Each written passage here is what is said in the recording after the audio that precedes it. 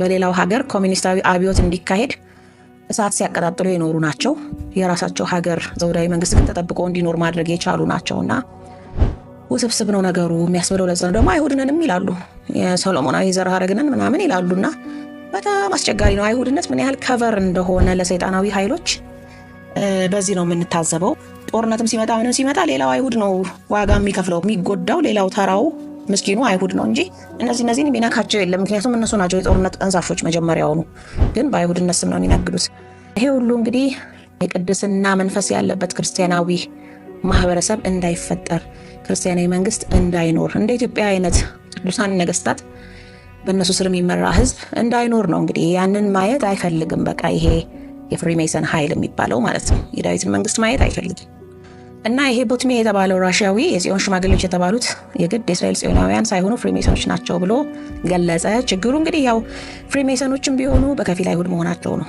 ስለዚህ አሁንም አይሁድ ጋር እጅ ይጠቆማል ማለት ነው። በ1917 በሩሲያ የቦልሼቪክ አብዮት ከፈነዳ በኋላ በሰፊው ጸረ ዘውድ መፈንቅለ መንግስት በማካሄድና ዓለማዊ የሶሻሊስት ህገ መንግስት ወይም ሴኩላር ኮንስቲትዩሽን እንዲረቅ በማስደረግ አይሁዶች ሚና ተጫውተዋል።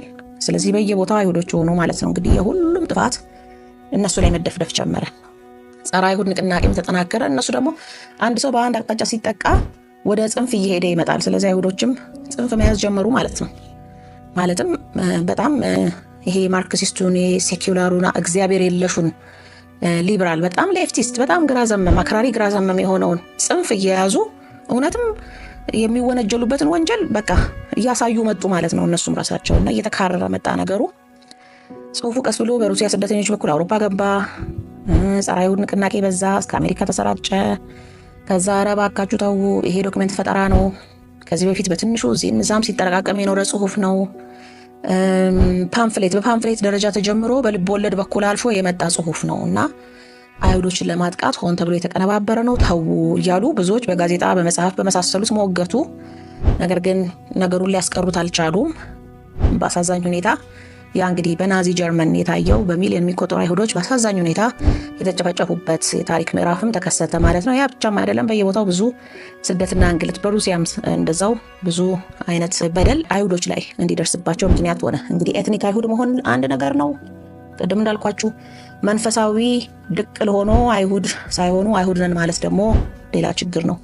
ሁለቱን መለየት ግን በጣም ከባድ ነው። ይሄ እንኳን ለሌላው ለአይሁዶችም ራሱ የተቻላቸው አይመስለኝም። ቀስ በቀስ ይህ ዶክመንት እያመጣ ያለውን አደጋና መዘዝ በመመልከት በራሽያም ሳይቀር በየሀገሩ የሚገኙ ፍርድ ቤቶች አይ ይሄ ዶክመንት ህገወጥ ስለሆነ ህዝብ እያበጣበጠ ስለሆነ እንዳይሰራጭ፣ ማንም ሰው ይዞት እንዳይገኝ። ያው እንግዲህ የዛ ሰዓት በፕሪንት ኮፒ ነው አንድ ነገር ሊያዝ የሚችለውና ፕሪንት ኮፒ ይዞ የተገኘ ሰው በዚህ ያህል ወር እስራት ይቀጣል፣ በዚህ ያህል ምናምን እየተባለ ህግ መውጣት ጀመረ።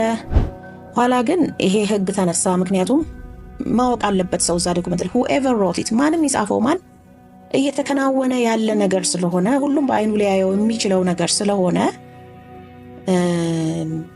መጽሐፉን ይዞ መገኘት የሚያስቀጣ መሆኑ በህግ ተነሳ ማለት እግዱ ተነሳ። የዚህ መጽሐፍ ጸሐፊ በዶክመንቱ ውስጥ እንዲናርክ እያለ አመራር የሰጠው ቁጭ ብሎ ጽሁፉን የጻፈው ማን መሰላችሁ? ደራሲው ማለት ነው። ስማዚያስ የተባለው የወደቀ መልአክ ነው። አይገርማችሁ? ስማዚያስ ነው የጻፈው ይሄንን መጽሐፈ ሄኖክ ላይ የተጠቀሰው ማለት ነው። እኔ ምን አይነት መልክና ቅርጽ አላቸው እነዚህ እነ ስማዚያስ እነ ጋብርኤል እና ዛዜል አይዶን ነው እንግዲህ ሰው ናቸው አይደል? በከፊል ሰዎች ናቸው፣ ግን የወደቁ መላእክትም ተብለዋል። እኔ እንግዲህ ቅርጻቸው ምን አይነት እንደሆነ ተፈጥሯቸው ምን አይነት እንደሆነ አላውቅም አሉ እስካሁንም።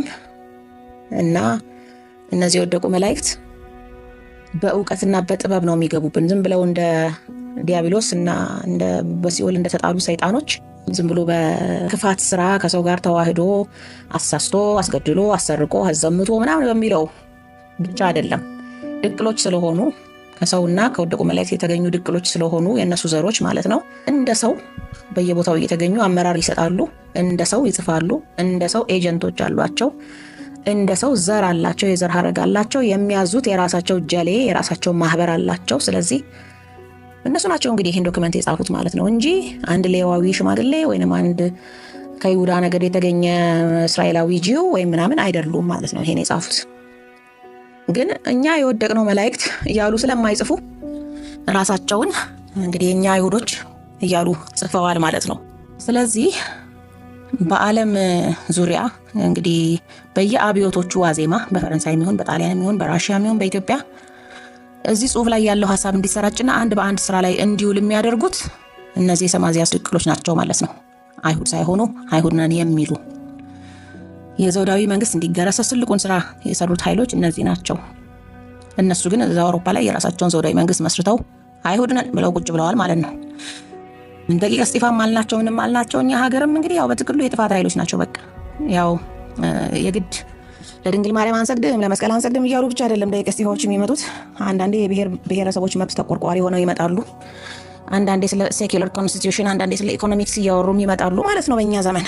እና የግድ ደግሞ ከቤተ እስራኤል ዘር ብቻም ላይሆኑ ይችላሉ፣ ግን ከፈለጉት ጋር ይዋለዳሉ።